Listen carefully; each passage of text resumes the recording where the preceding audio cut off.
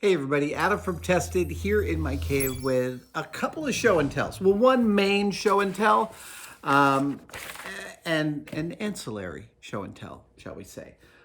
This here in front of me is my beautiful MoonWatcher mask. This was sculpted by Steve Neill, a legend in the animatronics industry. He worked with John Chambers on the very first Planet of the Apes makeups. You name it, he worked on it, and Steve is a good friend and an amazing sculptor. He sculpted this in a very pliable, low durometer silicone, and it even has the same Stuart Freeborn lip curl mechanism, which Stuart called a toggle. And I've never witnessed or looked on the inside of a real MoonWatcher mask, but I think he simply means the cabling. So the way a mask like this works is that there is see that?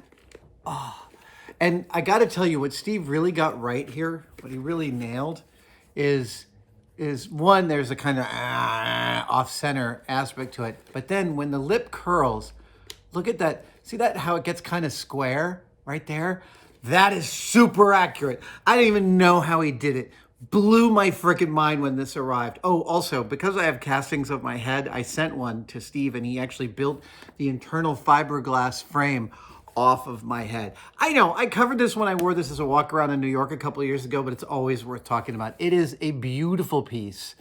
It's one of my favorite pieces in my collection. Oh, right, I was telling you how it worked. The way that lip curls is that there is a couple of cables going from the bottom jaw to a little spring mechanism on the upper lip. And the same thing going from the top jaw to a little spring mechanism on the lower lip. And if you watch what happens, as you open it, both lips come down. Yeah. I have to tell you, when you wear this thing and someone's like, hey, can you take a picture? And you, like this, everybody backs away. Every human. It is evolutionary how nobody likes watching something like this bare its big sharp teeth. But this isn't even the show and tell that I wanted to show you. This is sort of my indicative example of my deep and abiding love for Stanley Kubrick and all things Kubrick, and also 2001, and a few, every now and then, a couple of years ago, I started a Twitter thread about the bone that MoonWatcher throws in 2001, the bone that precipitates one of the greatest smash cuts in cinema history, from the bone spinning around to the space station spinning around.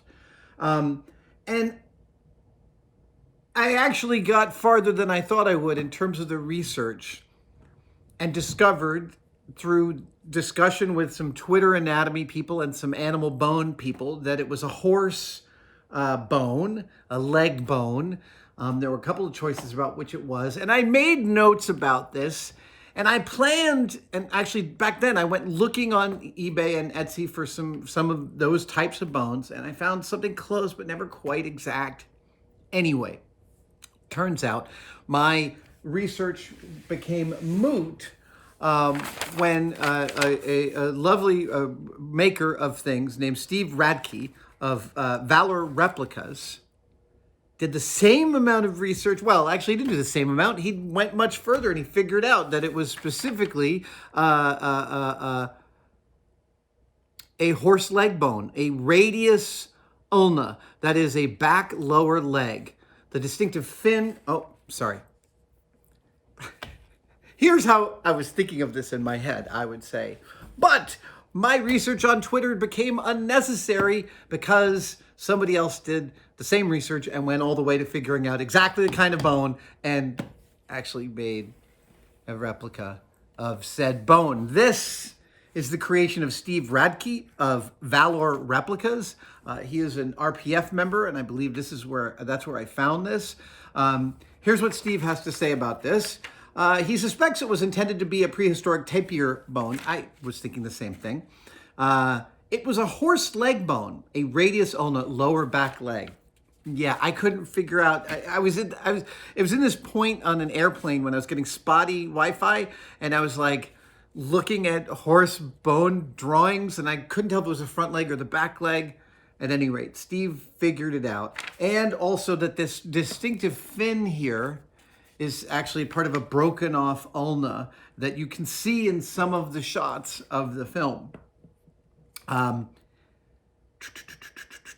Yeah, look, I mean, this is just what he sent for me purchasing this on the RPF. It's a great little informational thing. Lots of different versions of the bone. So this is great. This is exactly the kind of deep dive that I love. Yeah. So as that bone flies through the air, Steve frame grabbed it in every orientation of its spin, lined them up. Yeah, it's right after my own heart, Steve. Nicely done. It's a beautiful replica. It's exactly what I wanted it to look like. It's exactly what it should look like. He really, really, really nailed it. Even down to the color. I just think he did a stunning job. And we haven't even gotten to the fact that he made this beautiful monolith replica. Now, I am not sure if the curve here is an artifact. This is a casting. So this is cast in urethane. And nicely solidly mounted to an acrylic base. So it displays really well here in the cave. There is a curve happening here. I don't really care about that. Plus this really beautiful here. I want you to get up close to see this. Here, let's get that out of yeah. See that? The dawn of man. He's even gone so far to do a beautiful rendition of that text in the top of his monolith. And I didn't even pay for that. I mean, when I ordered this. He could have sent me this wrapped in a newspaper and I would have been totally happy, but he didn't. He actually added this beautiful monolith base, and I'm here to say that, again, the attention to detail is chef's kiss, awesome. These two scamps now live next to each other, MoonWatcher, yeah, and the bone he threw, and I guess maybe I'll need to get a replica of the space station and model it right next to the bone. Maybe, we'll see. Thank you guys for joining me for this show and tell, and I will see you next time. Hey, by the way, 2001, terrific COVID movie. Just give up a whole evening and dive right in. Peace out. Thank you so much for watching that video. If you'd like to further support us on Tested, there are many ways you can do so. One is through paid membership, and there are several tiers of that, each with their own set of unique bonuses. You can follow the links below for that, or you can go to our merch store where we are always coming up with brand new products. In honor of the holidays, we've got our Tested Ugly sweater in both black and we have a white one. We have some brand new patches, and this is a particular type that I made a joke about one day, and now it's a reality. You know, merit badges. When you're a Cub Scout or a Boy Scout, you get a merit badge for achieving something. Well, Tested now has demerit badges for when you screw something up, because that's just as important in learning as getting something right. So this is the badge for when you measure something once and have to cut it twice. This is the badge for when you accidentally hook up your electronics wrong and you release the mysterious blue smoke that powers them and they no longer work. And this one here is for when you get your finger caught in the lathe and it almost gets torn off. That might be quite me specific. I hope that never happens to you. These are all designed by Tested's own Jen Schachter, and they are not the only patches we're going to release. In fact, these are just the beginning. If you have ideas for demerit badges that we should release, we'd love to hear them. We also still have our regular complement of posters, and they're all back in stock, including my hand-drawn toolboxes. I love seeing pictures you guys send us of these hanging in your maker spaces and your offices, your man caves, and your sheds around the world. Get to the store, follow the links below, and hey, some of these might make great Christmas presents for the makers in your life. Thanks, you guys. Happy holidays.